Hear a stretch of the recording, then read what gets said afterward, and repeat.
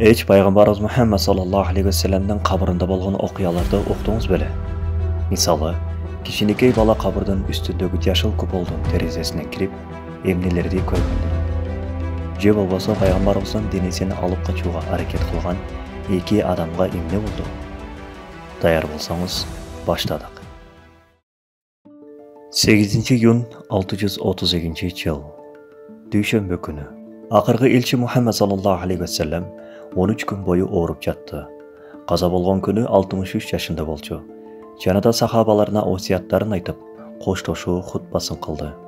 Ömürünün akırgı günlerin bayqagan Hazreti Peygamberimiz, jakındары sahabalar menen qoştoşup 8 iyun düşenbe günü öz bölmösünde göz yumdu. El qaysıl jerge koyuunu oylanıp, akırı Peygamberimizin sözün esteşti. Peygamberlar can berigen jerde kömülüt. Ушундай Peygamberimizin bölmösü tayardalıp, akırkı saparga uzatıldı. Bugünkü günde Peygamberimiz sallallahu aleyhi ve sellem Nabavi meçitinde bol yaşıl kupoldun astında jatat. Kupol kurulgandan beri yüzdөгөн жылдар boyu kurulup келет. Bol yaşıl kupoldun kuruluşu jana üstündögi terezenin özgöçö ordu бар. Hazreti Peygamberimizin kabrına күндүн nuru jana jamgır ушул кичинекей açılıp жабылчу terezeden kiret. Başka hiçbir жерден kiriş жоқ. Бирок эң алгач бул терезеде жок болгон. Эми көңүл буруңуз, кандайча кантип бул терезе коюлган? Hazreti Peygamberimiz каза болгондон кийин кайсы бир мезгилдерде Мадина шаарында жамгыр жаабай, шаарда кургакчылык каптап кетет. Мадиналыктар бул жолдон чыгуунун жолун карап, Айша энебизге кайрылып, анын каалоосу менен дароо ишке өтүштү. Анткени Айша энебиз Hazreti Peygamberimizдің кабыры эч бир терезеси жок купол курулуп жабылганын жактырган эмес. Силер Peygamberimiz менен көк асмандын байланышын үзбөө үчүн бир чарасын тапкыла деди. Муну уккан адамдар биздин максатыбыз кабырды жаан жана бороон чапкындан коргоо гана болгон дешти. Мына ошентип Айша энебиздин каалоосу менен куполдун үстүнөн күн нуру жана жамгыр кирүүчү терезе ачууга токтолушту. Бул терезе ачылар замат Мадинага 3 күн бою жамгыр жаады.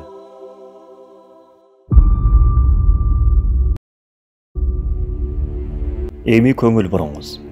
Терезеден Hazreti Peygamberimizдің кабырына кирген кичинекей жаш бала. Ал жерде болгон окуя туурасында уксаңыз, жаң дүйнөңүз тикен сыяктуу болот. Бирок биз мындан мурун Папа тарабынан Hazreti Peygamberimizдің денесин Европага качырууну пландаган 2 кишинин окуясын айталы. 12 кылым.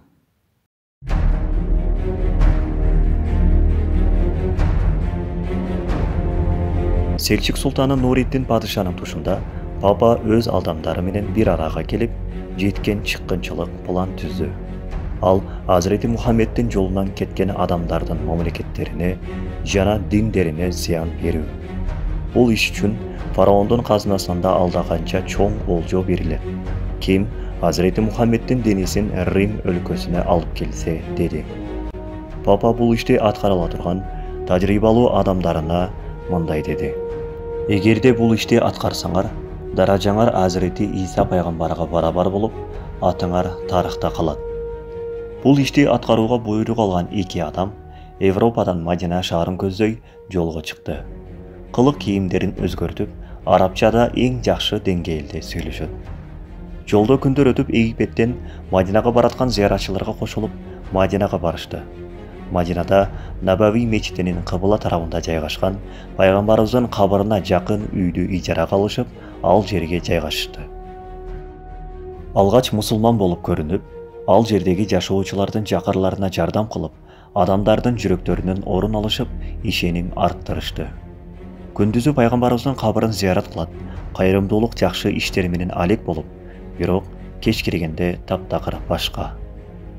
Жашаган үйдүн жер астынан Пайгамбарыбыздын кабырын көздөй төнел казып жатышты. Эч ким билбеш керек эле. Бул үчүн төнелден чыккан кум топурактарды сахабаларды зыярат кылганча Жаннатул Бакый көрүстөнүндө төгүп жатышты. Ушундайча түндөлөрү уктабай казган төнел аркылуу кабырга жакындап жатышты. Мадина калкы эч нерсе байкаган жок. Эми баары өзгөрдү. Selçuk Sultanı Atabey Mahmud Zengin ал түні түш көрді. Еске сала кетсек, Кен пайғамбарымызды түшінде көрсе, ал шындығында көргендігі. Сұлтан түшінде пайғамбарымыздың жанында екі сары адам тұрғанын көрді.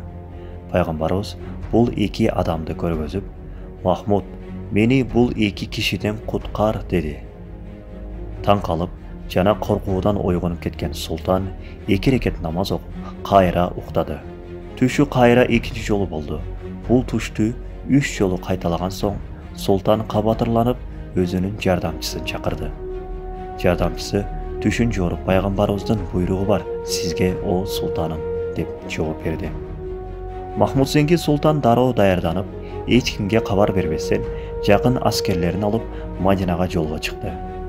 Ұзақ жол жүріп, Мадинаға жеткен сұлтан, пайғамбарымыздың қабырын зиярат қылып, Мадина халқына жария салды. Selçuk Sultanı ziyaratқа келді. Сілерге белек бекчесі бар. Ешкім қалбастан атын жазып сұлтандың өзінің белегін алсын. Ошындайча сұлтан ар бір келген адамдың жүзіне қарап, бирок издеген адамдарын таба алған жоқ. Сұлтан Мадина басшыларын шақырып, белек албаған адам қалды деп сұрады. Жоқ сұлтаным, екі адамдан башқасы деп жауап беришти. Алар кимдер? Андалусиядан келген екі киши бар. Ошолор алышқан жоқ деп жауап беришти. Сұлтан аларды да чакырды. Екі киши сұлтандың астына шыққанда, сұлтандың көздері чакчая кетти. Анткени түшүндө пайгамбарыбыздын жанында көргөн екі киши дал өзү болчу. Бирок сұлтан сыр бербестен аларды суракка алды. Кимсиңер? Кайдан келдиңер? Кайда калып жатасыңар? Сұлтаным, Андалусиядан ажылык үчүн келдик. Жанада убактыбызды пайгамбарыбыздын жанында өткөрүүнү эңседик дешти. Сұлтан алардын жашаган жерине барды. Таң калыштуусу үйдө эч нерсе байкалбайт. Ошентсе да сұлтандын көрөгөчтүгү менен үйдүн астынан жер төлөө казылган түнел табылды. Сұлтандын аскерлери дароо эки кишини туткунга алышты. Ушундайча эки адам келген максаттарын айтып, пайгамбарыбыздын денесин качыруу үчүн узун жылдар бою даярдалганын мойнуна алышып, «Эй сұлтан, биз баарын айтып бердик. Себеби биз кабырга чакын калган кезде көк асман көрүнүп, үстүбүзгө кулап түшкөндөй болду. Аламат окуялар болду. Биз коркуп ал жерден качып чыктык. Эртеси сиздин келгениңизди уктук». Сұлтан баарын уккан соң аларды өлүм жазасына тартты. Бұл окуя тарыхта пайгамбарыбыздын кабырынын корголуусуна себеп болду. Алгач түнел жабылып, Набави мечитинин жер асты коргошун менен бекилди. Ооба, ошол күндөн тарта бүгүнкү күнгө чейин корголуп келет.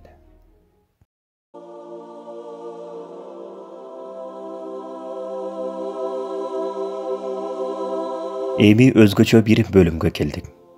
Мекке жана Мадинаны зиярат кылган устаздар жана Саудия калкы тарабынан айтылынып, уккан адамдардын жан дүйнөсүн өзгөчө тикен абалга калтырган окуя. Албетте, эң туурасын Аллах билүүчү. Окуянын айтылуусуна караганда, кичинекей көгүчкөн пайгамбарыбыздын кабырына учуп кирип, ал жерде өлүп калат. Мындан улам мадиналыктар көгүчкөндү кантип алып чыгууну ойлонушат. Жыйынтыгында күнөөсү жок жаш баланын алып чыгуусун туура көрүшөт. Ошентип, тандалган жаш баланы жашыл куполдун терезесинен ичкери киргизишти.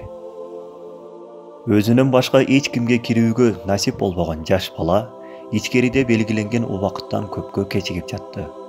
Мындан кабатыр болгон эл жаш баланы сыртка тартып чыгарышты. Бирок таң калыштуусу баланын бир колунда көгүчкөн, экинчи колунда жүзүм бар эле. Муну көргөн эл ичкериде эмнелер болгондугун кабатырлануу менен сурашты. Жаш бала, мен ичкери түшкөнүмдө 5 киши көрдүм. Алардын ортосунда жүзүм бар эле. Мухаммед аттуу бир аба мени чакырып бул жүзүмдү берди. Жанындагы адамдардын аты Абу Бакыр, Умар, Осман, Али деген кишилер болчу. Алар эмне үчүн киргенимди сурашты. Мен сырттагы абакелер көгүчкөндү алып чыгуумду буйруду дедим. Мухаммед деген адам мени бекем кармап, жакшы көрүп, жүзүмдү берди да, сырттагы абаларыңа айт. Бири-бирине жакын болсун, тынчтыкта жашасын деди. Ооба, Başında aytып ötkөндөй эң туурасын Аллах билүүчү. Бирок таасирдүү окуя. Барыбызга пайгамбарыбызды зиярат кылууну жана түшүбүздө аны көрүүнү насип кылсын иншаллах.